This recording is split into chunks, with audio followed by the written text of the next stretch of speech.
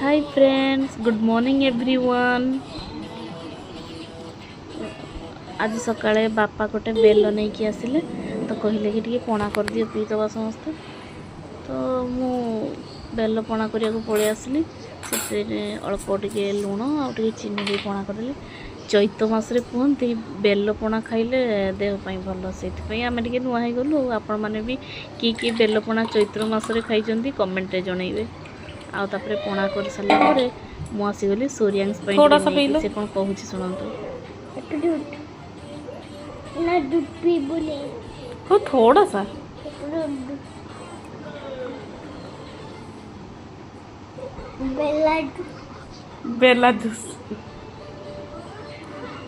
बेला juice केमती लगुचे आकु दे सारा पर मु भी टिके पीदेली।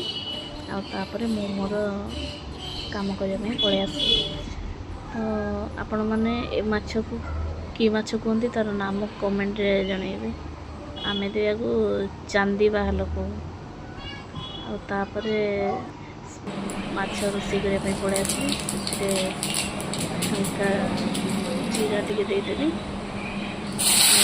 पियाज टमाटो कंचा लंका पकईदेली। लुण टे से सरिष बटा लंका गुंड आपर हलदी देके भलसे कषिदेली। टे तेल बाहर जाए भलसे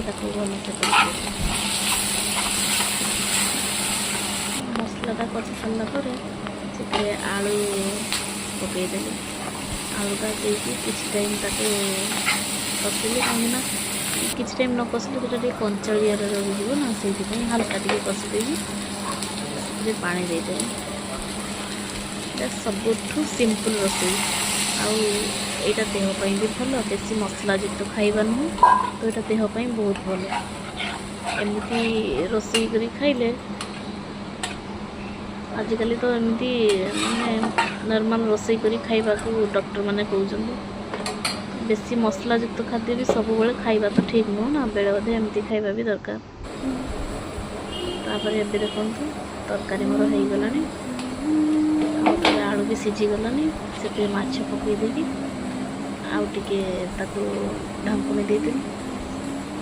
किछि टाइम फुटीगला माछटा माछ भीतर मसला सब गला टिके भल लगे खाइबा। तापर मोर तरकारी भी एपटे पूरा